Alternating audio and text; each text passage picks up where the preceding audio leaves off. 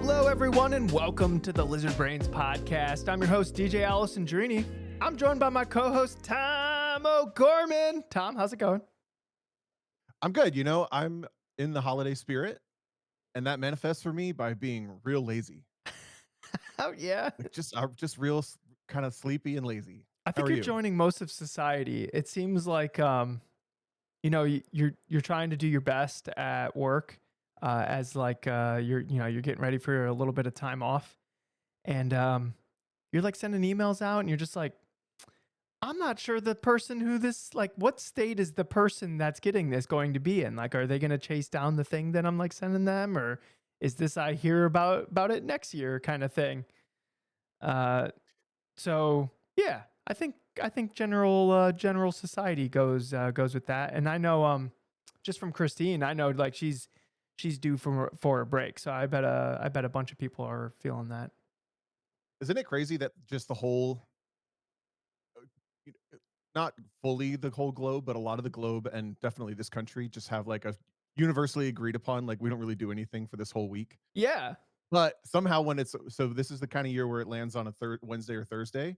So when it's on a Wednesday or Thursday for Christmas and New Year's, just like almost 2 whole weeks of just like, screw it. and you know Nothing you happens here. This is fine. You say that, but it wasn't too long ago where I was working every single Christmas or New Year's or whatever because I was in, Yeah, true. either a server or something else like where, and we take it a little bit for granted now. Like me and Christine were talking about this, how we get to just chill during the holidays rather than like this slog that like normally it's like the busy time. Like when I was a server around Christmas, it was like the craziest, busiest time ever. And that's when I would make like the most amount of money possible. Um, so like, Oh, good point. Yeah. yeah, like Huh. that was you in just December alone, you would probably make like two months worth of money. Um, just because people tip more, you're busier, just more consistently. Um, Yeah. Huh. yeah, one day, I made 860 something odd dollars in a single day serving tables. Wow. I haven't made that much That's two money. Hoosiers. New Hoosiers or old Hoosiers? I'm not sure what the new ones cost. Oh yeah, it's one and a half new Yeah, ones. yeah, yeah. One and a half, one and a half. Yeah. So, I mean, That's a good point. and that I've wasn't that I've never wasn't worked that. that was Go in ahead. 2012. So like that was like when I had that day, I was like, do I even need to work anymore? Like that's what I was thinking. Like, can I retire on $867? I'm not sure. I like that was probably a Google that I had. Yeah. Yeah. I guess the last like at least 10 years of my work have been like the contract jobs, racing related stuff. So there was this pattern, especially for the when I was really in the grind of it. It would be like the last thing of the year was the last trip of the year really was the Thunderhill 25 hour. And then there was PRI, which was last weekend, Yep. right? No, two weekends ago now. And then was that up until like either at the time I was either working the Barrett Jackson auction in Scottsdale, Arizona every January, which was like January 5th, maybe we would leave, or then a couple of years Daytona, and I would leave like on the first or second. Um, so that was my only time of the year that was like we just do nothing. So I guess I just have that in my bones now. When it hits this time, it's just like Just Tom does freaking nothing. nothing. Yeah. Yep. I mean, you know, like Christine, because she's an accountant, it's year end. So it's just been like an absolute like slog like the last couple of weeks. So she could just enjoy a couple of days off. So yeah, there's not, we act like we get to relax and stuff, but for a lot of people this is like the busiest time of the year, and then like the couple days they get off for Christmas, if you get it off, it's much, it's much friendlier. Um but yeah, I I've been having like issues with my stomach, Tom, that I want to. Oh. Yeah, so I one of our podcast listeners had a heart attack recently. Um, and he was like, this person was like the person that like made us monetize the podcast. He like kept sending us money and was like, "Oh, when are you gonna have a Patreon? Like when are you gonna have like some way for me to support the podcast?" And he would just send it Yeah. to my PayPal. And this person recently had a heart attack. He's okay, and he's expected to make a full recovery.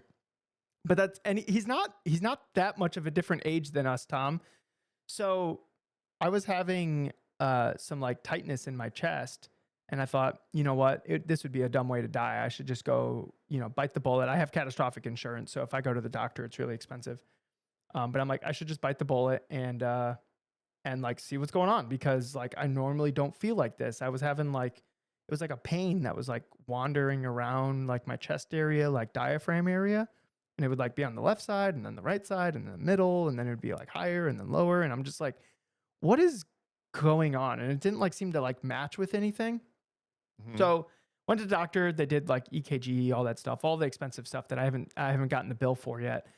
And turns out like my heart was fine, but uh I I was having like acid reflux is what they suspected just due to like how the pain was wandering around and stuff like that. So like basically I was just having heartburn, but like it didn't feel like heartburn. Mm. Uh so they gave me oh crap. It's basically Prilosec. It's like the generic of Prilosec. It's like Opromic. Somebody in the chat will know what it is. Um and I've been having the freaking worst symptoms from this. Like I had some discomfort around my stomach, which is apparently the stomach is not actually where you think it is. I always thought it was like around the belly button area, but like it's much higher than that. Pretty high, right? It's Yeah. like right Yeah. under the rib cage, right? So this medicine was like making my stomach, which is like right under the rib cage, like actually hurt uh like where it was like kind of uncomfortable, like where I would be like rubbing it to like make it feel better. You ever have to do that? Yep. Yep. Um, but like I That didn't, sounds no fun at all. yeah, Ugh. I didn't feel like that tightness in my chest anymore. So like I knew it was like controlling the acid, but I was getting like terrible headaches and anyway, that's been like the last like 4 or 5 days for me is just that. So I feel really out of it. I monitor my heart rate while I'm sleeping. My heart rate is all over the place while I'm sleeping. It's like even getting to like almost 80 beats per minute, which like normally when I'm sleeping, it's like I'm basically dead. It's like 41 and like might like it like wanders into the 60s every once in a while because you can tell like I'm probably like dreaming or I wake up or whatever. But normally it's like low 40s the whole time I'm sleeping. And this last time I slept, it was like all over the place. It never really got very low. My watch is like, you need rest. And I'm just like, I'm trying, but this like medicine is completely screwing with me. Yeah. Um, so that's been the last couple days of mine. If anybody has any advice with like foods that like at least taste like something that can help with the acid reflux, something, because like guys, I know it's a little bit of a meme on the podcast, but I really do like eat Taco Bell like every day, and I think it finally caught up to me. Maybe, yeah. Maybe a little break. Yeah, so like A lot of people do dry January. You should do like I'm Taco doing Bell like free January. tasteless food January. That's what I'm doing. So, Yeah. um, I've just been eating like rice and chicken, and but it like doesn't taste like anything, and like maybe my body will get used to it. But if anybody has, I'm sure we have some listeners that like have some experience with like acid reflux. If you have like some real stomach safe foods, because even on the Prilosec, like I'm eating food and it's just upsetting my stomach like constantly, even more so than before I was on it. Because before I was on it, I didn't, I never felt like an upset stomach, like quote unquote. I just like, I don't know, everything felt normal except like some tightness. Um, but now it's like if I eat something a little, like we went out to one of Christine's friends is moving away to Colorado and we went out to breakfast with them and I was like potato pancakes sounds safe. It's just potatoes. Couldn't eat it. It made my stomach too upset. I was like sitting there with like a stomach ache. I felt like a child, like in the corner of the table going like my tummy hurts. My Like tummy hurts. Yeah. yeah. Yeah, Whitney, I realized she's like, those are super fried. And so now I realize that like any fried food is like really bad for a stomach, like going through this. So like I'm learning, but if anybody has any advice for me, like please throw it my way because it kind of feels like I'm learning how to eat again. Because for the longest time, it hasn't really mattered what I ate. But at this moment in time, it matters and it's really inconvenient. It's super inconvenient. Yeah, that sucks. my brother has a lot of issues with food, but it's related to allergies, and then he got Lyme disease, so it's a little different than this, but it's frustrating to deal with that. I had my, you know, I had my gallbladder out, No, I like, way didn't know before we that. met. So Yeah. John Russell just mentioned that he said you should do an elimination diet. Just add one thing at a Oh, time. You might have some gallbladder stuff going on. yeah, maybe. I mean, that one, when I turned 21, I lost a little over 50 pounds in, like, 8 months, so I ripped the weight off really quick, Yeah. and then we went go-karting. I'll never forget. We went go-karting in Indianapolis with a bunch of our autocross friends, and I rode up there with Dave Montgomery, and we went karting all day, and then we left. We went to Red Robin, and at the time, especially, a Red Robin hamburger was, like, my one of my, like, cheat meals, Yeah. but I hadn't cheated since I started losing weight, basically. So I hadn't had, like, a fatty cheeseburger in forever. So I get that, and then we're driving home, and, like, 30 minutes from home, my stomach starts to feel bad, but it wasn't my stomach, it was lower, and it Okay. started to feel like I just, like, couldn't breathe. It was like like, I can't breathe feeling, and about 10 minutes from home, Dave was gonna drop me off, and I'm like, "I think I need to go to the hospital because this No is, like." shit. So Dave's and like, and it okay.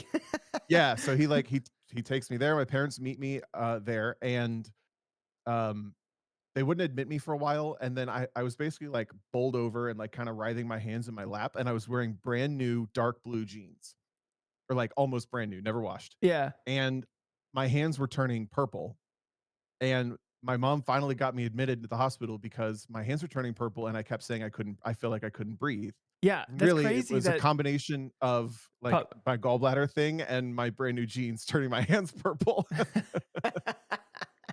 But it got me in, and then they were like, "Yep, you have to get it out," which is pretty common on the O'Gorman side to get your gallbladder out No shit. at, like, under 25 years old. So the gallbladder is like left and like underneath the left rib cage, right? Slightly right Oh, is where right. mine hurt. Okay, Yeah. right. Yeah. Yeah, I But don't. mine just came on like that. Yeah, It does not. probably just it got like shocked by the fatty foods. I know fatty foods can like kind of mess with the gallbladder. Mhm. Well, you're So passing a gallstone essentially when that happens. That's what happened to me. You have to pass a gallstone, and then they just take it out because it's not worth being in there. yeah. Did you notice any changes with your body after you didn't have the gallbladder? No. No, but it was a long time ago. Okay, what the hell? That must have been in our bodies at some point for some evolutionary reason, and now that reason doesn't really exist anymore. Yeah. I don't know. We got some smart people in the chat. Tell us why we have a gallbladder. It's by Big Doctor. Big Doctor has convinced us all that we have a gallbladder. We actually don't have a gallbladder. It's just like this Yeah. huge insurance scam. Oh my goodness. That is some people tuning in hoping that they got a conspiracy podcast. Now they're like, "Yes, Oh, yeah. finally the conspiracies start." But I'm not sure. I think the acid reflux stuff sounds like, yeah, just keep doing the elimination diet. Yeah, I'm just going to eat boring food. Gross. Make sure you drink enough water too. You're Yeah, pretty good about water though. I've been drinking a ton of water. I think the medicine makes me super thirsty. It just feels like I literally can't drink enough water, and it doesn't help that I'm still iRacing, so like I'm sweating a bunch, and I did a. What do you do this weekend, Tom? I went to visit my family in Cincinnati. So we had a Christmas with my mom's side Saturday, and we had a super lazy day Sunday. We watched both sequels to Knives Out. Have you ever seen these Yes, Netflix movies? yeah, yeah, yeah. They're like really good, actually. The first one was really good. The second one I didn't understand. The I third one s- I thought was just okay. okay. I saw the one. Uh, I The think board game magistrate kind of guy, like yeah. the board I game saw guy. the first one. I saw the first one, Yeah. and I saw the one where it's like in the rich dude's mansion on his island or something. Yeah, that one I didn't follow. We watched Okay. that one, and I was like, at the end, I kept waiting for it to make sense because those are the types. If you haven't seen these movies, they can be a little bit like Ocean's 11, where they're pulling off something over a long period of time, and it doesn't necessarily make sense what's happening until they're starting to unfold the mystery. And the whole time as an audience, like you're like guessing what it could be. Like Yeah, you're like, yeah, oh, what like, oh, maybe this is the murderer or whatever. It's like a who done it, but like in movie form. yeah. The Daniel Craig ones. So I kept waiting for that moment to happen with that one where they're in the billionaire's mansion. and then it finished, and I was like, "What? Wait, I don't understand. Damn." I remember that third one I think had some plot holes if I'm remembering it correctly because I I'm probably like the worst moviegoer ever because anytime there's a plot hole, like the movie instantly dies for me. I'm like, that doesn't make any sense because that person or this or that or whatever. I haven't watched it for like over a year, so I don't exactly remember what like the issues were. But I Yeah, remember the third one like didn't have stuff that lined up as well as it should have, where it was like, the belief is gone and now the whole movie's ruined for me. But up until yeah. that point, I was like, oh yeah, this is a fun little ride. Fun little But ride, yeah. I remember the first one being super good. Oh, that the first one's super, super good. If you have Netflix, Knives Out. Um, and I also watched both of the new Avatar movies. New meaning like the one from what, 15 years ago? And then the one that came out, the water one? The The new the one, water one. the new one from 2010. I guess, yeah. Yeah, the old one and the new one. I don't know. I guess I had a pretty movie full weekend. I didn't do a lot of sim racing. I didn't do a lot of anything but hang out with family and that. What So about you? I You were just pulled over, well stomach pain? Ugh, life sucks. Saturday morning was the first day I was taking the drug, and so I'm sitting in the sim rig. I woke up early on Saturday to do a endurance race with the bestest driver, Paul Darling, and we were gonna drive the like recently reconfigured GR86. I recorded a YouTube video. I don't know if anybody would care to watch me driving it around in VIR, but I recorded a YouTube video, last lap pass, maybe for the win. I don't know. I'm not gonna spoil it. Um, but the car's much better than it used to be. So like I was like, hey Paul, we should do this endurance race. And I was talking about a different endurance race. There's two. And apparently there was like an iRacing special event where it's like broadcasted by iRacing. I was just talking about like doing like because every weekend this playlist has like an endurance race and it's just like a 2 hour endurance race. And Paul was like, "Oh, you mean the 4 hour one?" And then he sent me the link to it. And I was like, "Oh crap, I didn't even know this one was going. Yeah, let's do that one." So we built a setup like Friday night. It was like good enough, whatever. And we load into the server and it is pouring rain and we didn't do anything for the setup to like make it rain driving. And it was the worst driving rain setup I think I've ever driven, Tom. This car, you you hate diabolical cars in iRacing. This thing was absolute murder. And we didn't have time to like fix it before the race. So we're just like, screw it. We're just gonna send it. Paul qualified and did his best during the stint.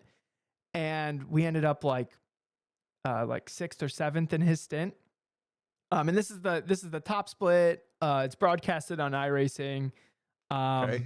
And so we're like sixth or seventh or whatever. Like at this point, we're still gaining I rating because it's like a 5,000 strength of field for like the GR86, which is pretty strong.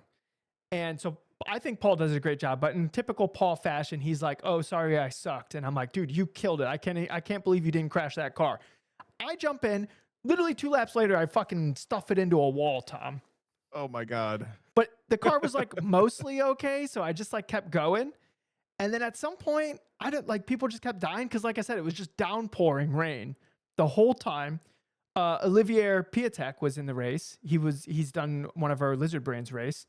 Yep. He was in a GR86. He won the whole thing overall. He passed all the BMWs. That's how fast he was. Wow. But It's pretty also, cool. I think all the BMWs crashed at some point, and these are like 10,000 I rating drivers Yeah. because it was a monsoon the whole time, and the chance of rain for like the session was like 20%. So it's just like a downpour the whole session. So now we're just like driving through lakes because that's how iRacing's rain works at the moment. Right. Uh, and I spin like 4 or 5 times. It's a complete disaster. I'm embarrassed. You're ever driving and you feel embarrassed where like you feel like heat on the back of your neck almost? Do you know what I'm talking about? You're describing every time I play iRacing except for Dude. like okay, you're describing every 99 times except for the one. The 1 Okay. in 100 where Dude, I it do feels kinda so good. bad. It feels so bad. Anyways, that's how I feel while Yeah. I'm driving. But like my positions keep going up. So like however bad I'm doing, other people are doing way worse because like I got the car in like seventh. I ran into the wall. Now I'm like ninth. But then at some point, I'm like, what happened to everyone? Because I was in fifth, chasing down fourth. They got a drive through penalty. So now I'm in fourth and I'm chasing down third. They got a drive through penalty. So now I'm like right on their heels. And there's only like, I don't know, like 20 minutes left in the race. And I'm like, am I going to get a freaking podium in this race? Like, that's so silly. Like, all the things that happened poorly, this car is like basically undrivable. Like, I was so fingertips and toe tips on this car, and my like focus was like so locked in. It needed to be like that in order to survive a lap. I'm fighting the guy in third. An out of class car gets separated in between us. The out of class car lifted for that guy, but then he fought me for whatever reason. So apparently I must have just like completely just ruined this dude's day at some point in history. Maybe it wasn't even during this Yeah. race because every time I ran across this individual, they were fighting me to the absolute death. So I barely touched them. Like gave them a little boop, like side to side contact. So I go spinning. So now I'm in fifth again.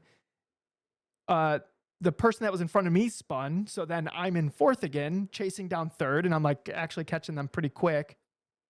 And we get the white flag, and I'm like 6 seconds behind. And I'm like, I'm just not going to be able to close that gap. I was going like 2-ish seconds a lap faster. And so I was like, all right, we're going to have fourth. So I complete the last lap, the white flag lap, and I get another white flag, Tom. Why? I don't know. Have you ever gotten 2 white flags before? But anyways, I feel like in iRacing, when the white flag comes out for the race leader, it comes out for everyone, right? I think Olivier Piatek was going so fast that when he came across the finish line, there was still time left. So it was like, oh, another white flag. Yeah. Yeah, So maybe, like okay. it like predicted that he wasn't going to complete another lap, but it was probably like right on the edge. Anyways, we got another white flag. The guy in third place thought the race was over, so he pulls off to the side. So now I'm in third, Tom. Oh my God, I can't believe it. We got a podium. I'm laughing with Zach Rubin in the chat, right? I freaking spin the car. I get fourth. Wait, what do you mean? How? Just on the last Because he lap. kept going? I was Because he yeah. kept going? Well, he eventually He started realized to that. go. Yeah. Oh, But he no. was like, Oh, he was no. like 10 seconds behind me, Tom. And I'm laughing. I'm having so much because Paul Darling had to leave. And then I was just hanging out with Zach Rubin. I'm laughing, whatever. But remember, this is the most diabolical freaking car that's ever driven on a wet track. So I'm just like literally the band was on the field and I'm celebrating and the play wasn't over. And I freaking spun the car and ended up getting fourth place. Oh, bummer. And it was the laziest. I wasn't even driving hard. I had like a 10-second lead. I was just like, I'm just going to complete this lap.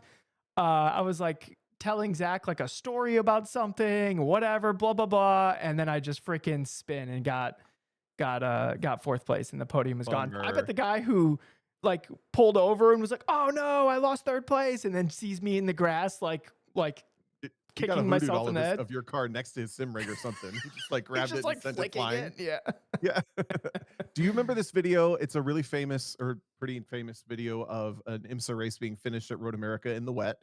And it's this Camaro that's like charging through the field. It's the only one on wets on a restart, and it makes it all the way to Canada corner. He makes this amazing outside pass around 2 cars, and then they're coming to the checkered flag and the McLaren that's going to win the race.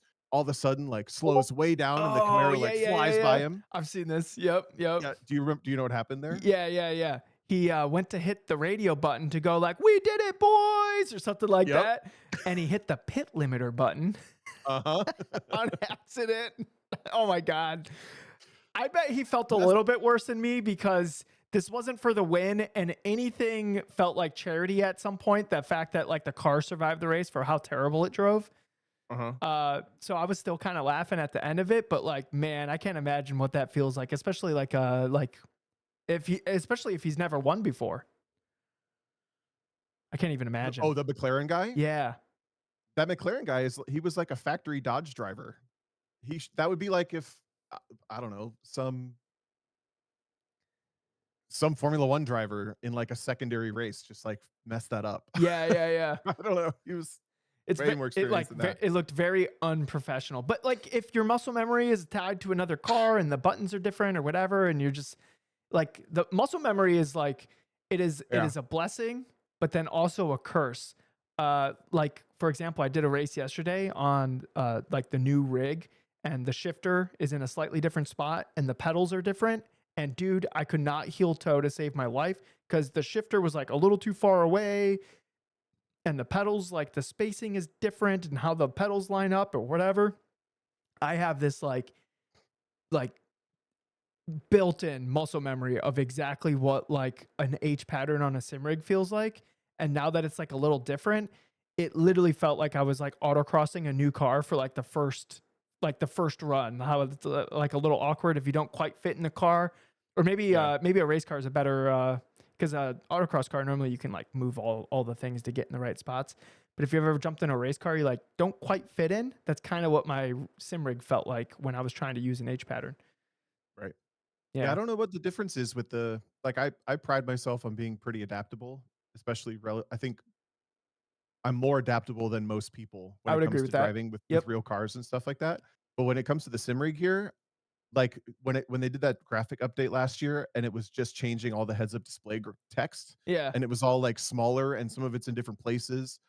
Like I couldn't even drive the car. It threw me off so much. So That's I ended wild. up I ended up making the graphics bigger so the text was at least the same size as I was used to it being for the That's previous crazy. 15 years. But then like it still sometimes throws me off because it's a different font or it's in a different spot. And like I don't know, in a I've never had an experience that flummoxed me like that in real life, except for something that would have flummoxed everybody else in I would hope anyway, like worse than it flummoxed me. Like actually, okay, I'm gonna keep telling him Mr. Road America stories. Okay. I had a when I was in the Audi, we had a 2-car team, the Audi TCR cars. The other car was having an issue where it wouldn't upshift for the drivers unless they put it in drive mode because they were a DSG gearbox. So in order to test if it was the steering wheel or not, they swapped the steering wheel from our car to their car and vice versa. So now we had the steering wheel that wouldn't upshift. We did a whole session and there were no problems. The team did not then take the steering wheels back. So we had a different steering wheel in the car. And somehow that led to be when we started the race, upshift was downshift and downshift was upshift Oh, on the steering wheel. So I couldn't I'm on the warm up lap. I'm like leaving the grid dude, and that would I'm be like so coming onto hard. the track. Yeah. So then it's the DSG. So I reached down, I put it in drive. It's shifting normal. And then I also, there's a manual mode that I can like slide the shifter over to, but it's inverse of a proper sequential because it's a street car. So up is upshift, like away from you is upshift, and towards you is downshift Yeah. instead of the proper like pull forward Yep. to upshift Because and you're vice versa. accelerating, so that force helps you upshift, and then when you're braking, the force helps you downshift. Yep. That's Yep. how it would be in a race car, dude. Anytime it's the opposite in a street car, it drives me crazy. I go, this is not a real car. Me too. Right. Well, my little race car was like that. So we start the race and I lost the lead because of the shifting thing. I think I instinctually grabbed the paddle at the apex of turn 1 to Yeah, try to upshift and get a run off the and corner nothing and I happened. nothing happened. Yeah. And then this is the race that halfway through the first lap, I ended up through the sign and everyone's seen the sign around the front of my car. So Yes, it didn't this it didn't race went matter for very great. long. Did you feel the fire on the back of your neck? Oh yeah. Yeah. Oh yeah. Yeah. Especially because at that point we were going race by race. Like we weren't going to race anymore after that. Yeah. So you're like, well, So it was a good run. yeah, and then he had us race once or twice more, but anyway. So, like, that threw me off, obviously, like, that sucked, but I think that would have thrown anybody off, Yeah. probably. So what is it about the sim that throws is it just like a bandwidth I thing think with the activity? no, I think it's like Gotta be. well, definitely bandwidth, but you spend so much time in it and everything like nothing moves around. Like I've driven my sim rig more than any car I ever could drive. You know what I mean? Like I would literally I would Yeah, not be able to drive a car as much as I drove the sim rig. Even if I was filthy rich, I don't think I'd be able to do it. I just don't think there would be enough time because it's way more time consuming to like have a car be at a place and me drive it than to me just do laps at the sim rig. right, So like if you think about like the time spent in the rig, it's like you can't you literally wouldn't be able to replicate that in a real car. Unless you just like race the same car forever. But then even then, like things are changing. Like look at Eric Attil. He's like raced the like basically the same car for whatever, like 15 years or whatever. Uh, but it's like constantly going under different iterations and stuff like that. Like how many people are racing like the same car for 15 years and it like doesn't change at all unless it's like some weird prepared car in autocross, then okay, you got me. But Yeah. again, they're not driving it that much. Or the first person who got an NB Miata and Spec Miata 15 years ago, Yeah, they now yeah, have yeah. the oldest one. Yeah, yeah. So if you imagine they jumped into like an ND Miata, they'd be like, this is weird, right? Yeah, but I'm saying I guess I don't think we're quite saying the same thing because I think that happens to people most of the time, no matter what. You're saying like your sim rig felt different for some reason. And it was throwing me I off. was yeah, but Yeah. like I guess I'm not sure what I'm trying to say now, but the I, point being, I think it is a bandwidth thing because, like, if it's a little bit different, now it's like something else that you have to focus on. And normally, when you're in the sim rig, everything is basically the same, even if it's like a different car, everything's like basically the same, right? So your bandwidth gets allocated elsewhere. In a real car, when things are like a little different or whatever, that's just bandwidth that we're used to having disappear. So it's just a little bit more. I think we're a little bit more fluid with it. But in the sim rig, when something yeah. changes, like if we were jumping in a different sim rig all the time, I don't think we would really notice like things quote unquote changing because we're jumping in Oh, I different see what you're cars all the saying. Yeah, time. yeah, yeah. Okay. Okay. I just picked up what you're saying now. But when it's the sim rig and something changes, then because we're we're not used to our bandwidth being allocated to like what is different, it's all of a sudden way more normal. Yeah. Because if you were to change, let's say if you're one of those people who changes steering wheels and shifters and a couple of settings for every single car you drive, people do that, right? Yep. In the Yep. sim? People do that. Yep. I bet those people are more adaptable than me who never touches anything. Yeah. And I just want it to be the same every time. You're like F4 car, cool. My round wheel's good enough. Yeah, my drifting wheel, yeah. Exactly. Yep. My two-spoke drifting wheel. Yeah, I hooked up a round wheel because I just it felt weird driving like rally cars and like Miatas and the GR86 without like a round wheel. So I got like another button plate and have a round wheel on it. And I'll tell you what, doing laps on a round wheel, like it just felt weird because I've been using a not round wheel for so long. Yeah. So yeah, just like slight little different. The buttons were in slightly different spots, so it was like messing with me. Whitney said she was at that Road America race with the rain, and oh, I was in that race. I remember now too. Okay, so this race sorry, What? last Road America story. This was that IMSA race where the McLaren hit the pit speed limiter button. Yeah, you were in that So that race. day, I was in that race, in the Civic, but, they had shortened the race to 75 minutes instead of 120 because it was raining, so it was like a monsoon before the race, Yeah. and then it started after the lightning cleared out. We started the race. Shelby actually drove to the lead. He might have been on pole for that race too, and then I got in, they left me on dries, and it started pouring rain with, like, 15 minutes left, and it went to caution, somebody spun. This I was on slicks, it was so sketchy. I was in 2nd place, and from the restart to the checkered, I don't remember what happened. I did do a green flag and a full green flag lap back to the start finish line to end that Yeah. race and finish 2nd. Don't remember it because it was so sketchy, kinda like what you're talking about with your race this weekend. The car was so scary, and, like, I have the rest of the field, like, on reins right behind me. I know that I do. There was one other car on slicks behind me, but I could see he immediately dropped out, and then there were other cars catching me. But then they wouldn't catch me, and then they were catching me a little bit. So it'd be like I would get through a specific corner better than them, and then they would get through a corner better than me. Kind of. That's all I remember though, is like being able to see that they were right there the whole time You in know, this pouring, pouring, pouring rain. it was that story because you've told me that story. It was that story is what made me Mm. throw slicks on the Civic when it was raining. This was 2020.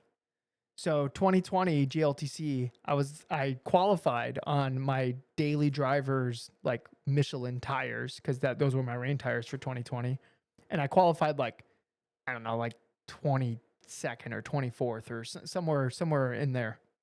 It was an even number because I started in the left row. So I was like, you know what? the slicks have to be better than whatever that was. So it was literally raining and I threw the slicks on and I asked you, Tom, I was like, uh, I'm thinking about going to slicks because they have to be faster than whatever those tires were doing. Yeah. Is there any spots of the track I should watch out for? And you're like, yeah, don't go next to the wall. The puddles form there. So what do I do on the restart, Tom?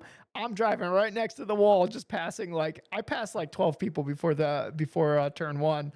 Yeah. Um, and I like even scraped my mirror on the wall a little bit, just because I remember I went side by side with Ryan Upham, and I remember very vividly that I saw his head look in his mirror at me. So I went, "Cool, he knows I'm there." And I thought he was going to move over as I like started to wedge my car in there, and he went, "No, we're going to die." And I was like, "Well, okay, I guess we'll die together." And I just kept my car there, and it like magically worked out. But in hindsight, that was the dumbest shit ever.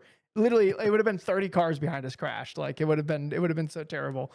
Yeah. And uh, and the slicks were perfectly fine at Road America, besides a couple different spots here and there. So in 2021, when it looked like it was going to rain, uh, that's why it was like the obvious choice was just to put slicks on. And I thought in 2021, well, if it really starts raining, somebody's going to crash and a yellow flag will come out and the race will be over anyway. So I might as well be on slicks. And And that's what happened. yeah, and that's exactly what happened, except it was me. Damn it. Yeah. God. Damn. Dang it. That was the old pavement too. It was a lot more friendly on slicks. That's what would happen. Actually, that was the ebb and flow of this race is when we would get on the new pavement, the slicks were better, and when we'd be on old pavement, the rains were better. I just posted screenshots of how wet it was in that race and doing Yeah, it that looks on the super tries. slick. That was so fun. I miss doing that. I had Oh, another story and I forgot. oh sorry. Something about rain, risk, reward, something about that. Uh, oh well, It's gone. it'll be for another time. It's gone. What are your holiday plans here, Tom? I'm headed back to Cincinnati tomorrow. Christmas Eve with some family, Christmas Day with family, and then I don't really have anything else going on the rest of the year. What about you? What are you driving around? Are you driving your BRZ around? I have my BRZ. Actually, I've been taking the Lexus places recently. Okay. Because the BRZ's on summer tires, isn't it? It's on the whatever factory tires the base level car comes on, Yeah, which I those are think summer is tires, aren't they? no, I think the premium level comes with a summer tire, like the upper level, like what my dad Oh, has. okay, okay, okay. Yeah, The yeah, base yeah. level that I have, I forget what they are, but they're not great. I helped my dad buy a car, but basically I just picked him up at Carvana and like drove him over to the dealer. He was buying a car in the Cleveland area. He lives in Michigan, and he was buying. Smuggling across the border? Yep, he's smuggling cars across the border. He was buying the Nissan Z, which is I think it was like the 400Z Oh, at some point, but now it's just thank the Z. Anyways, okay. he was buying one of those as like his daily driver, and like there was like snow on the ground. It like just snowed, and the dealer has like a hill that like you have to drive up to get out. And I was like, and I had to leave because I had to go to work. But I'm like, Dad, you're not gonna get this car out of this place. Like, you Uh, literally. So I think he had to do like a like go out the back way, which was like downhill till he got to a road that was actually like salted and stuff. yeah, Um, but yeah, that car just comes on like summer tires. Uh, and I'm not necessarily sure if my dad thought of that when he was like, yeah, I'm just going to go there and like pick it up. He yeah. got home because I I'm just asked, picturing I he texted him does like 4 hours later. I'm like, you did get home and you're like safe and stuff, right? and Well, he did. yeah, he Okay. got home. Yeah, he got home. I'm picturing like he just finished all the signing and everything, gets in it, starts driving away, and all the salespeople from the dealership are watching him trying to struggle get it out of the Yeah. driveway. I don't know what the struggle That's was like. I was yeah, like hanging around, like hoping I was gonna get to see how this thing was gonna get out of the parking lot. But then when I realized it was gonna take too long, and I don't have any vacation time for work, so uh, I was just like, okay, well, good luck. I'll have to talk to him during Christmas and be like, okay, so like, was it an adventure, like getting home, or like no drama, or like come on, there's yeah. got to be something. I know I told you the story still, but when I bought the Camaro, it was also a snowstorm night, and I drove to Maryland to pick it up from Danny and drove it back, and it was on its like street tires, not the like 200 treadwear competition tires. Yeah. But about an hour and a half from home, it started snowing and getting a little icy, and it was really cold. and my dad's following me, so I'm doing like 50 down the highway, and I'm not familiar with this car enough to know that the aggressive alignment on it is making it hunt on the the highway. Yeah, yeah.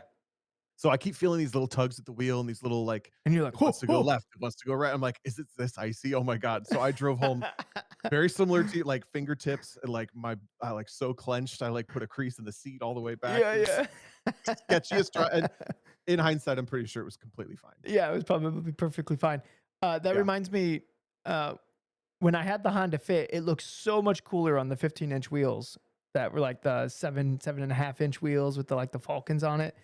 That I hated driving it on other wheels because it looked broken because it had so much camber on the front. Like the wheels were so sunken into like the chassis. It just like it looked seriously broken.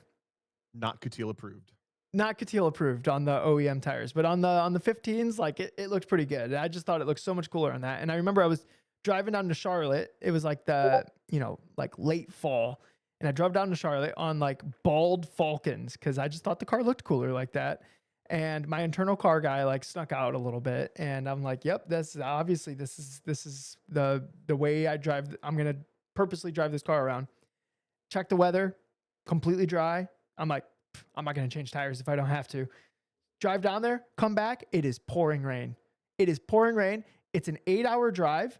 And I think it took me like 13 because I had to Oh, drive. I was driving. If I drove in the lane, I was hydroplaning. But if I drove on the shoulder, I had some grip. I could go 10 miles an hour. But if I drove in the lane going 10 miles an hour, it was like hunting everywhere. 10? 10. Well, they were Oh my bald. They god. were like bald ass bald. And it was raining hard. And in hindsight, maybe I should have just like got a hotel and then just drove home the next day or whatever. But Yeah. that would require me to be a smart person or at least smarter. I did something identical, almost identical back when like maybe early 2010s, SCCA moved the national convention to Charlotte. So I went to that a couple times. And one year I was going to drive my Miata. It was like lowered with bucket seats, and I thought I was going to do a NASA time trial with it, but then I Yeah. never did. I just daily drove it, and it was on 195 Toyo RRs, R1Rs, excuse me, like those pixie dust tires. They're rain tires. Yeah. They're supposed to be good in the rain, right? So I daily drove it on those, and I just left my house in Cincinnati to go to Charlotte, and it was early December maybe, and like Oh 2 hours no. in, like an idiot kid, I didn't look at the forecast, literally You nothing. didn't do It anything. starts snowing, and I'm like, oh, I hope it doesn't snow more. That would kind of suck. And it just keeps snowing and keeps snowing, and I'm Oh driving, no. into basically the West Virginia Turnpike. So Yeah. I'm coming down south, the same drive that we freaking do for a VIR, Yep. and I'm on the turnpike all of a sudden, and I hit that Tamarack. It's still snowing. I hit that Tamarack. What do they call it? Exit. Plaza. Yeah, whatever Yeah, that is. Yeah. the rest stop. And I kind of pull off and I stop for a little bit, 15 minutes maybe. And I'm like, okay, my options are to just sit here and like call it or try to keep going. And my idiot self just like tried to keep going. So I'm literally following like tire tracks in the snow. There's probably 4 or 5 inches of snow on the ground by the time I get to where I'm going. Dude, on R1Rs. On R1Rs, this lowered me out. It was basically like shoveling through. I was doing like 20 miles an hour tops. And I would try to stay near semi trucks, but they were going faster than I could. So I could follow their tire tracks. And at some point, I almost hit off the road and everything. So stupid. Dude. And then it finally like stopped snowing and I got south enough. And yep. And was there any lesson learned there or no? In hindsight, because I made it, not really. No, I think I Because I would do it made again. it. Because I made it. Uh, We had some sketchy toes like that in Wisconsin as well. You yeah. just go slow. Yeah, you just go slow. How bad could it be? How bad could it be? Exactly. It's just driving. We're supposed to be good at that. Supposed to be. Yeah. All right. Do you wanna answer some questions? Yeah. Why not? All right. We have a brand new one. Uh never Go mind. It's some of not it. brand new. It was bumped by Brandon, Yep. but I'll read it. Wait, did we already read this one? We might have read this one. Stop me if we read it. So Brandon Dreyer writes in, when do you think a car is too loose? When forward drive cannot be achieved foot down, when you have to be extremely delicate with your inputs such that you better have got it right, or a run is blown? This question is sparked by Tom's comment on how loose his TCR car and falling into the trap of setting up a car super loose. I think I'm there right now and would like a bit more elaboration on this. So, did we already read that one? I don't think so, Okay. unless he I think I unless he think just that's doesn't a listen and I said think you that's a didn't good answer my question. question yet. I think that's a good question. Um, I like this question. Yeah. yeah. Okay. So, oh yeah. Hold on. Sorry. Thank you, Jackie. Emails. Just I'll edit that in 30 seconds before I just read that email. So I'm curious what you think on this. I have an explanation that I think might confuse the whole audience because I won't have a visual diagram to show, but I'm going to try to draw it with words. But I'm curious. I'm curious what you think. My first thought with this is less specifics. Like he asked when forward drive cannot be achieved. That's a very specific, like the car is too loose because I can't do X. My thought is it's a little more uh it's a little more abstract than that. It's not a tangible thing. I think for being too loose, the first thing is repeatability and consistency. And if I cannot make a car be consistent, or if I cannot do something repeatable in a car, and I can reverse engineer the why of all of those things happening to the car's too loose, that's when I like kind of settle on it's too loose. And that sounds abstract, but it's literally like I was up 6 tenths and then I got to turn 9 and the car slid. And And if that I happens had to in chase turn the 4, car. Yeah, I had to yeah, and chase then it that around. happens in turn 4 on a different lap, and then that happens in turn 9 again on a different lap, and then it happens somewhere else in the lap on a different lap, All right. or run, right? So like that predictability and that repeatability to me is usually what I use as a sign, other than obviously like if your butt dyno is telling you the car's too loose and you're a little scared of it. Um, that sounds like a little bit of a different question than this. What do you think? Well, okay. Let me ask you like a follow up question. How do you know when it's too tight? Too tight to me is a little more like black and white. Like if I'm waiting on the car, then it's too tight. Like if you have zero ability to manipulate the angle of the car, like at any point during the corner, too tight, right? Pretty much. Yeah. Because it's on a window, right? And is it is it before the apex? Is it after the apex? Is it when I'm on the brakes? Is it when I'm on the throttle, getting on throttle? Like you can boil the details out of that, but yes, just blanket if I'm waiting on it at any point in the corner, I think Okay. it's too pushy. I'm gonna attempt to explain this with words.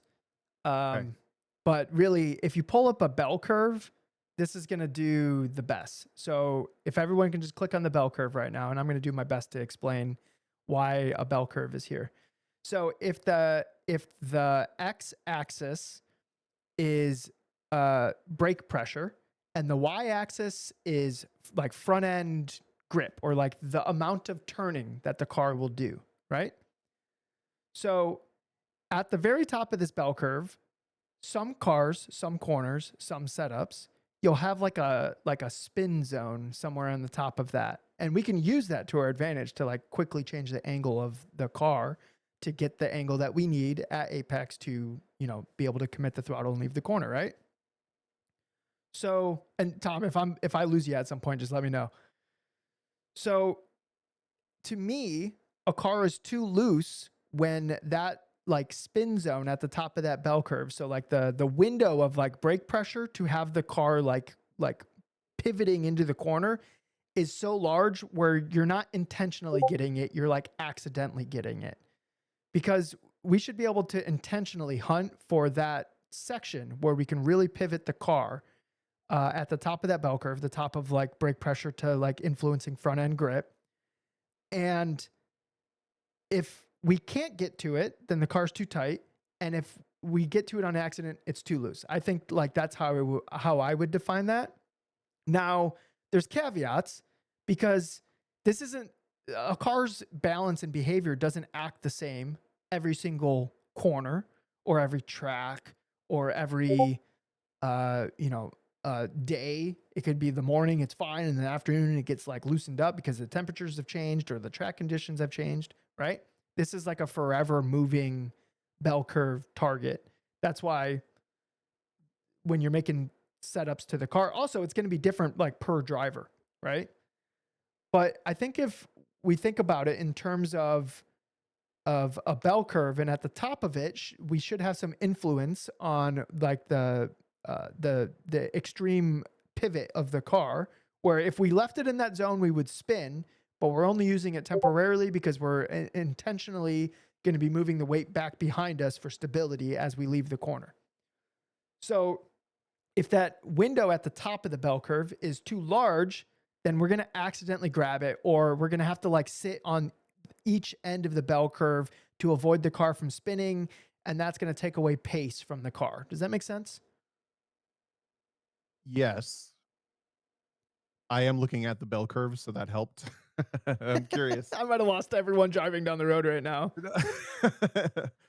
I'm trying to think. That's like a very abstract way to think about how you use rotation and like loose tight dynamics in the car. Yeah. So, So if that didn't make sense, re-listen to that statement with that in mind. so, I don't know what to say so because like, I would never think. I guess I don't think of it in terms of that, but I'm thinking of it more practically, like comparing. He mentioned the TCR car or my S2000 and GLTC. If you watch in-car videos of that car, I would say that car is very loose, but it's also very pushy, and it requires me to do the right thing to get the right thing out of it at any given time. yeah. And I guess Um, the way I described it, it's only, I'm only talking about like the on brake behavior, and it could be like on power behavior too. And that's like a completely different thing. yeah. Generally But to on, me, loose and tight, but like is a car too loose, too pushy, too whatever? I think that comes like that's not really a speed question. It's more of a drivability question. yeah. I think if like Like it, a car, I don't think there's a point where a car is too loose that it's not fast. I think there's a point where a car becomes too loose that no one can drive it. That yeah. makes sense. No, So that don't makes think of it in sense. terms of like my car's too loose to go fast. You need to think like primarily think of this question through the lens of Well, what like whatever you need as a driver, not like yeah, what yeah, yeah, yeah. what is optimal for the car or whatever, this or that. I mean, just look at Red Bull and like anybody who has to drive next to Max Verstappen. Nobody else can drive that stupid car, and then Max is the only person that can make it work. You know, I learned another good Max quote this today or Oh, statement. yes. Are you becoming a He Max fan? No, no, no, I just like when he says stuff like this. Okay. So we had the screw go-karting, drive cars instead. That was the one that we had a couple weeks ago. Okay. And then he plays Assetto Corsa to practice F1, Yeah. not iRacing. So we had that one. Today I learned he says that front wheel drive is anti-driving. Oh yeah, that was in that Chris Harris video. Okay, I haven't seen that, but I think that's very funny. Anti-driving. It makes me yeah, It was such a like a passable like throwaway comment, and that he was just like, he said it just to like get Chris to laugh. You can tell he was just like trying to, he was just like messing with Chris.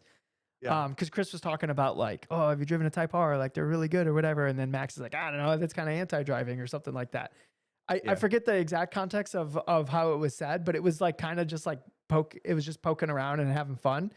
yeah. Um, so I don't want people to take this like comment and I be like that. I like, like that, Max. Max is like anti like front wheel drive or whatever. It's just like, look, the guy can drive whatever freaking car he wants. You think he's gonna drive like, you think he's gonna drive like a Type R or whatever? No, he's gonna go drive like a McLaren or a the Ford Mustang GTD, or I think he was recently doing testing in the GT3 Mercedes because he's moving his GT3 team to a different car other than the Ferrari.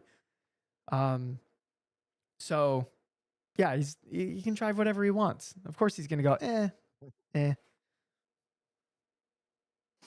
If you could drive I whatever miss you racing want, front wheel drive. if you could drive whatever you want, would you still drive front wheel drive, Tom? Can I only pick one? Yeah, let's do that. Oh, only picking one? Yeah, No, I wouldn't pick a front wheel drive car. if you only had to drive one car forever, right? Yeah, I don't know what I would pick though. But I do really miss driving front wheel drive. Like a I good do think it's proper it's its own front fun wheel for drive sure. club racing car is Yeah, so cool and it's good. Honestly, like they're mind blowingly good. It's what makes them so much fun is that you can get away with so much more. Yeah. Like, you feel like an absolute hooligan. You're like, somebody should punish me for having this much fun and like being this out of control, but like still staying on the racetrack. Like, absolutely, like, if you want to feel like a hooligan, front wheel drive. But when it comes to like putting a lap together, I don't know. I think it's a little bit more rewarding in rear wheel drive. I don't agree with the more rewarding. I also don't agree that you can just be a hooligan blanket statement I think with you can front get wheel away drive. with more. You can get away with more, Yeah, that's all I'm but saying. I don't think the window's bigger in mm, I think the feeling of hooliganness which is a term I just made up, is larger.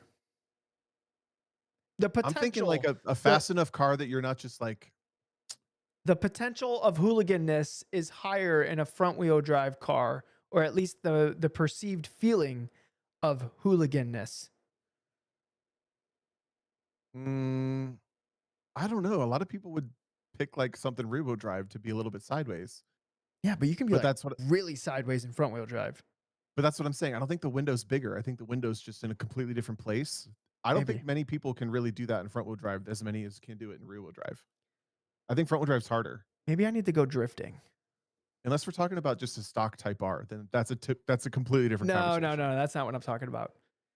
I'm talking like a race car. Like Yeah. I remember like what made my Civic so much fun is that it felt like I could never be in trouble. Like there was always a way out. Like that's what it felt like in that car. It just felt like there was always a way out. Oh, I messed that up, man. There's a way out. But I've driven Yeah. some other cars where it's like, especially like Porsches. Like sometimes there's just not a way out. Like, what are you gonna do? Take speed out? You're just gonna spin. Yeah, that's but I don't know. Cuz I'm thinking through like my TCA car. It was like 107 inches long and it was the friendliest car I've ever driven. Yeah. I could like literally drift it on purpose and hold it sideways forever. But then I drove like an F production prepared SCCA F production prepared CRX with no aero on like little 13-inch slicks at Road Atlanta, excuse me, Road Atlanta, and it was the scariest thing I've ever done. Like I was so scared the whole time because it was so loose and it had no window for like holding it sideways or anything. It was just pivoting on the nose all the Yeah. time. Like turn 1 was terrifying, turn 12 was terrifying, Okay. the S's were terrifying. How about we put the caveat in a well set up front wheel drive car? The hooligan factor is high.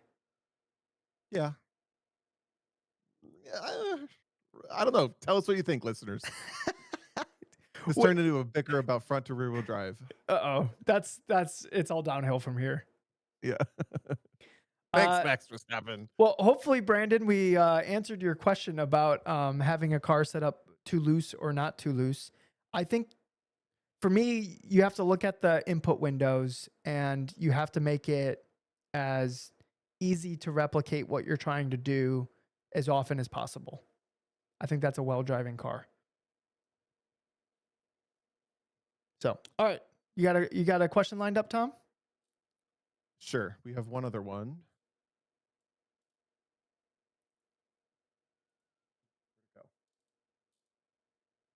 Oh, found it. Okay, I'm ready. Okay.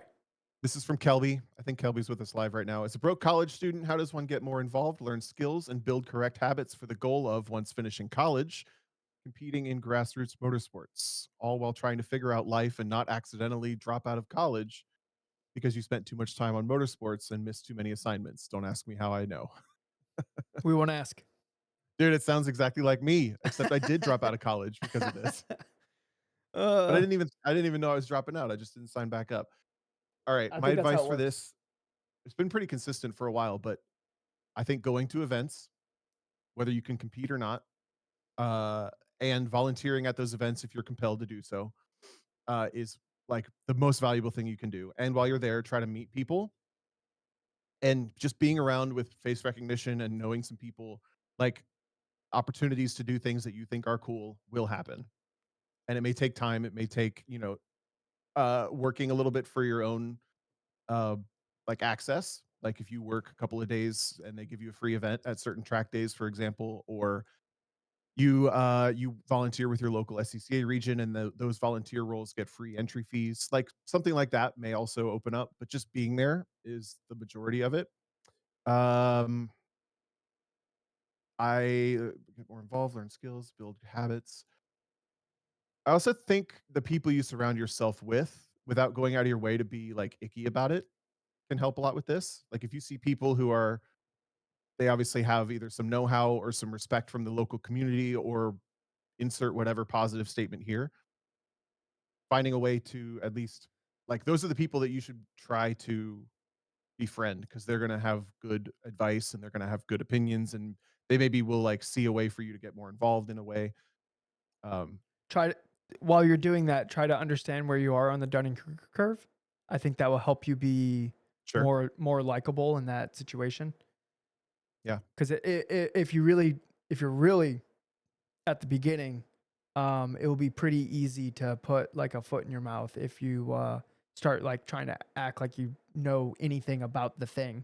You just have to recognize like where you're at in the Dunning Kruger curve and just be like 100% a sponge and helpful and nice and cheery and all those things. And finding like your place in the community would be really easy. What about when it comes to like building up skills that will pertain to motorsports? You mean like behind the wheel, Yep. driving? Yep. You know, I think I, I think autocross is the best place for that, because it opens the opportunity for co-drives more often than any other place, which opens your horizons to what other cars feel like, um, more quickly. And that's not to say to go to an autocross and to expect co-drives, but if you do a season of local autocross, the chances are a fun run thing will happen at the end of one of them, and one of them you'll get to drive something else. Um, Beyond that, I would say I don't think there's any harm in having people ride with you regularly, especially people who can maybe challenge you with some advice. You just ask someone who's quicker than you to hop in, and Yep. you don't expect anything out of them, but if they say something, like, just always be challenging yourself. Like when DJ says be a sponge, like I almost feel like it's important to be constantly a devil's advocate of yourself and your opinions and your thoughts, and be willing to be flexible on those. Because anecdotally, if I had gone to the first autocross school I did, I had someone ride with me, and he told me to cut distance by driving at the inside cone of every major corner. And he kind of like, that's a corner, that's a corner, that's a corner. So not the slaloms, but these other places. And if I had just been like, no, I think I like it the way I'm doing it better, because what I'm doing is like a road course. I go like Yeah. way outside and then way inside and then way outside. Um, that's not sponge behavior. No. That would be like I would never have figured out, like, oh my God, cutting distance is the most powerful But thing. then also like the other aspect of that is somebody like offers you advice and then you go, "Nah," then they're probably not going to waste their time giving you advice again, right? Probably not. Yeah. It's like it's kind of like when your relative asks you, "What car should I buy?" and then you tell them what car they should buy, and then they get something And they else. buy the Nissan anyway. No, no, no, no, this is not my dad. My dad. Oh, Preston, This is not my dad. This is not my dad. I didn't mean that because he just bought a Nissan. I thought you were calling him out. No, that's so funny though. That is funny though. Um, That's actually a real life example from my life. yeah, no, that It's the always one I know in my happens. life. Look, if there's one Nissan you're gonna buy, it's either gonna be the Armada. Okay, there's three: the Armada, the Frontier, or the Z. Okay, those are the three Yeah. Nissans you're allowed to buy. Everything else, come on, what are we doing? Um, the Armada's pretty cool. I having a couple rental Armadas. Those trucks are pretty cool actually. Um, Emil Tab's a huge fan of that. Kelby asked how many any organizations I recommend 15 minutes from Cincinnati. I mean, Cincinnati SCCA is really good. yeah, they have good events. They have a ton of resources there. And then And be willing to travel. Come to Columbus, go to Columbus, Indiana, go to Indianapolis, maybe Peru. If you go to Central Kentucky, Kentucky region, those and are both within 2 hours. don't feel like, oh, I need the right car to do it. As long as your car's not on the rollover list, like just go do it. Yep. You don't need the right tires. You don't need this or that. You just need to like start driving. I like kicked myself for like thinking I needed a car to go autocrossing when I was driving around a car the whole time that I could have went autocrossing in, and when I had plenty of fun and would have started learning stuff like a decade before I actually started doing it. Yeah. So, um, I still think going and being there, I mean, participate as often as you can, 100%. Prioritize your driving if that's your goal. That was always my goal, so I always focused on my driving and prioritized yep. my driving. But in the meantime, I was going to every event that I could, sometimes not even driving. Maybe put together a calendar. I was gonna say this is our time to put together a calendar, time of year anyway. Um, like, spread out what you can do as consistently, like, routinely, but also as wide a window as possible. You can afford 6 events, make sure they happen regularly instead of, like, 1 in March and then, like, 2 in July and then, like, 1 in November, you know? Yeah, yeah, yeah. I think autocross is great because it doesn't take a lot of time commitment. You can literally just do the local season, and that would be like a huge step up from like not doing anything. The other thing you could do is like rental carts. And if the budget's, you know, somewhat high enough, you could start like sim racing. The initial cost of a sim rig is like rather steep, and then having like that a nice enough computer to do it and whatever, and it's a couple $1,000s, but like I know plenty of people who uh, just started sim racing and then eventually went to autocross, and they were pretty solid like right out of the gate, and they have this like great foundation to build from, or even just sim racing like in like straight into racetrack stuff. Like I think it transfers really well with the stuff that Yep. you would learn. The initial cost is high, but then like you have it and you can just do it as much as you want, and it doesn't have to be iRacing. You can learn stuff like in Assetto Corsa. What is it, like $3 right now on sale? Like it's basically like the software to do the sim racing is basically free. The expensive stuff is the stuff that you're using, and it can be cheap too. You can just mount a $200 used Logitech to a desk with a monitor in front of you, and that's still going to teach you stuff. That So reminds me, if we pull off this great sim swap, the sim rig swap that we've discussed, yeah, this old baby behind me is gonna be for sale. I will be auctioning it for the highest bidder on the Lizard Brains podcast Discord. the die is bitter. I expect a lot of demand for this rig that I have here. It's got Can a lot of miles on it. It's taught me a lot, can we have you it go know? to charity? How about I mean, it's steel frame with wood custom accents. Oh, Yeah, yeah. No, I would can we happily have give it Tom to anybody who McGorman's? wants it. I No, would happily. I'm kind of down for like auctioning it for charity, and Yeah. we put that money toward, I don't know, um, I don't know. I think it would be I have this idea where I think it would be kind of cool, where somebody in our community like wants a sim rig, and we just piece together just random stuff that the rest of our listeners just have laying around, and they could part with, whether it's like an old Logitech wheel or like a rig or a monitor, or maybe like even just like, I don't know, I have this motherboard and CPU, and like I don't know, I have this old GPU, and like we just like piece together like a community built rig Yeah. for somebody. I think that would be super cool. Lizard Brain Sim Scholarship. Yeah, dude, I would I love love that. that. I would love that so much. And then I would travel to like set it up and like give them like a little tutorial on how it works and how they can use it to help be like a better, like use it as a tool and stuff like that. And then Oh, I like hope one of our Australian listeners does it. me We too, have to go to because I'm Australia also to going to try to fundraise the travel trip. Yeah. That might come into play who wins it. Just saying, if you're like in Japan or Australia or whatever, You could go scuba diving while you're there. Ah, maybe right if off the it, whole vacation. if that's what the scholarship winner needs is for me to go scuba diving and have a great vacation in Sydney, like I guess that's what we'd have to do. But I think as a community, we have collectively enough just like random stuff laying around that could turn into a sim rig. So we had a couple people answer this question when Kelby asked it. I just thought I'd run through it real quick. Um, Eladia recommended volunteering if you're trying to stick to college and take part. Um, you can also get credits to drive on track yourself, depending on the organization. Alex said autocross the answer. If your college has a Formula SAE team, they can be cool, or a FSAE Baja team. You know, I went to one Formula SAE meeting when I went to college, and maybe it's because I knew college wasn't for me deep down, but I hated it. It felt like a nasty cool kids bro club or something. They didn't like it. I No could one see was really that. friendly. There was like they basically were like, if you're just here to drive the car, that's not gonna happen, and your expectations are wrong." And Tom's like, but Called out. but Yeah. I'm here to just drive the car. Yeah, literally. I was like, "Well, this isn't for me." But you Ross guys but you seconded guys an haven't SAE seen me team. drive yet. Once you see me drive, you'll just want me to drive the car. You won't. And also, you haven't seen me wrench yet. You'll definitely only want me to drive the car if you see me wrench. Yes, That's what exactly. Tom's thinking. That's funny. uh, I think I was too chubby in college to be the driver in an SAE car. The whole thing is, like, put the skinniest kids in so that they, like, accelerate fast. yeah, yeah. I guess I mean that makes sense. I remember like when you're at the karting track and you're going against the 70-pound kid, like you basically don't stand a chance. They have such an advantage. Yep. Yep. 100 pounds in a cart makes a huge difference. Holy moly.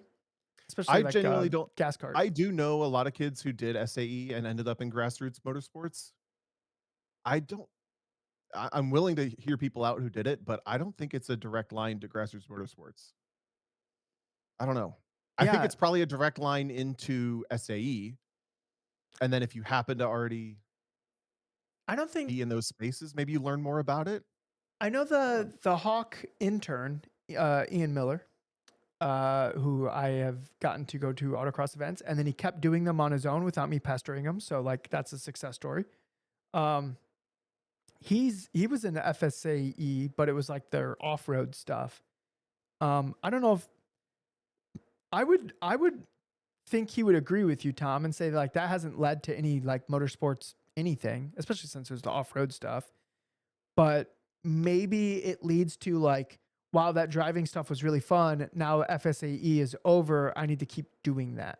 And that's how it leads in. Like it might open the door for like competing in a car that maybe they wouldn't have understood existed otherwise. That could be because like when I first started autocrossing, I was like, I can't believe this is a thing that exists. Like who's been keeping this a secret? Like Yeah. that's how it felt. But if you were an FSAE, you're like in the sphere of people who know that like track driving and autocross and sim racing and all these things are things. Like I think that would be the entry point more than like the actual program itself. It's more the community that's a part of it. Right. Agreed. Jackie mentioned the motorsports engineering programs at other schools. I have seen those. The ones that blow my mind are the ones that are doing like Champ Car. At the last Champ Car race I did, there was I think Georgia Tech car or something like this, Dude, some that's so BMW. cool. What the Right. hell? I would love to understand if they're getting all of their funding for that or if they're No. like, I don't know how It that just it works. comes out of their student loans, obviously. You think? Yeah. Okay. Definitely. Yeah, yeah. One kid had his personal BMW there. They were swapping the clutch from that into the race car Oh, for the hell school. yeah, dude. Dude, I love that so much. I did too, Man, but I'm like, man, I hope you get that back. I'm sure he'll get it back eventually. Yeah, Just like I got my transmission back from Kevin eventually. true. Yeah. So, yeah. All right, last question. This is my question to you. Oh, Are you prepared to make goals for 2026? We can set their time now and we talk about it next week. You got a week. They don't have to be final, but it's I a tradition now. yeah, I've been thinking about this and I I don't feel and maybe it will change. Um but I don't feel like super compelled to have like a bunch of killer mentality goals for next year. And I don't know what that means as far as me as like a competitor. Like I still want to do a good job of when I do stuff, but I don't know. Wow, he wins one championship, friends, and he just I'm doesn't just want to take it done. that Just seriously anymore. I feel like I'm just like on the path to being washed. I don't know. I've thought about it a little bit. I'm trying to think of something that like excites me that will like kind of push me to Yeah. do the thing. I would love to go um like and when we make goals of stuff that we can control, or at least we try to. So like the goal can't be like win national championship in CST because like I can only control my own performance. I can't control what other people are doing. Um, so like I can make goals that will like put me in a position to do that, right? So like the amount of events I'm driving, car prep, other things that I have control over. Uh, but I think I need like an end result, something that will get me excited enough where I know that like the opportunity of that thing happening means that I like really go after whatever goals I set. And I still need to like lock that in. What about you? I'm kind of the same as what you feel like now, always. Yes, I'm gotcha. not I've never been a huge, like, put goals on paper and chase them kind of person. Wait, is Ito in here? He's gonna make fun of me for being ADD again. Because I just kinda, like I just find myself chasing things that I know I want, once I Yeah. know I want them. So maybe I'm with you. I don't maybe we won't have them next week, but we gotta at least think about it a little bit. Well, next week won't be New Year's. It won't be the new year next week. Will it? Comes out on New Year's Day. Comes out on New Year's Day. Shoot, man. We Yeah. should, yeah, then we should have the goals ready to. I'll think about it. You think about it. I'll think about it. And I'll try to come up with something because I look, even though like in this moment right now, when you sprang that question on me, I don't necessarily like, I'm not like feeling it, but like that might have to do with like me having Your tummy. acid reflex issues and like not feeling 100%. Like I honestly feel sick. So it's kind of hard to be like, I'm gonna conquer the world when you're just like, I want to take a nap. Like, you know Yeah. what I mean? Like, so maybe hopefully next week I'm feeling a little bit better. And and then I'll feel a little bit more pissed off for greatness. But uh I do think goals are really important to like motivate you to like keep moving forward, basically. And I think like the progress that you feel chasing goals, whether you meet those goals or not, is like the end result. Like it should feel like we're progressing in some capacity, whether it's as a driver, as a friend, as a partner, as whatever it is. It should feel like we're progressing, at least in something in our life. If it ever just feels like you're on a treadmill, that kind of sucks. So it should feel like we're progressing in something. We just have to figure out what that thing is that kind of like puts a little bit of like a kick in our step. So we just do some soul searching for the next week and figure out what that is for ourselves, Yeah, there we go. whether it involves driving or not. Which, to be honest, for me, it will probably involve driving, but I just have to figure out what that is. That thing that's going to make me like dig deep for that like next level, that next thing, like the to keep progressing as a driver. You ever thought about road racing? That's what made me after I won an autocross championship, I thought, "I'll go road racing now." Yeah, I should hit up Honda and see if I can do some Spec B. Oh, they're bringing B-Spec into Ferrari. Oh, I B read that Spec, today. B Spec. Yeah, sorry. Yeah, Maybe I should work on the actual class name before I write this proposal. yeah. Yeah, they'll probably just throw it right in the garbage if I get the name of the class incorrect. So, all right, I think that's going to be the show for the today. Do you have any closing thoughts, Tom? No, but before you turn the music on, press your Chris button, so you set me up for success. Okay, it's definitely off. It should never be on again because the only thing I use this computer for is the podcast now, which is a benefit of having its own separate computer. Alright, give me a test drive. I couldn't hear the music at the start. Oh, that's weird. Hold on, why can't you hear it? Okay, hold on. What is Uh-oh. going on here? Gotta end the last one of the year, like, on a high note. Yeah. Hold on. I think some other um I'm gonna turn all this stuff off and you tell me if you hear it. Yeah, Okay. All right, I'm gonna restart it and then you do it. I okay. don't all this stuff Yeah, got turned on. I don't know what that is. All right, go ahead. interesting. I mean, everyone who listened to us in 2025, it means a lot to us. It's kinda crazy that we have this little thing going. We hope to see you next year. Happy New Year. Love your hair, and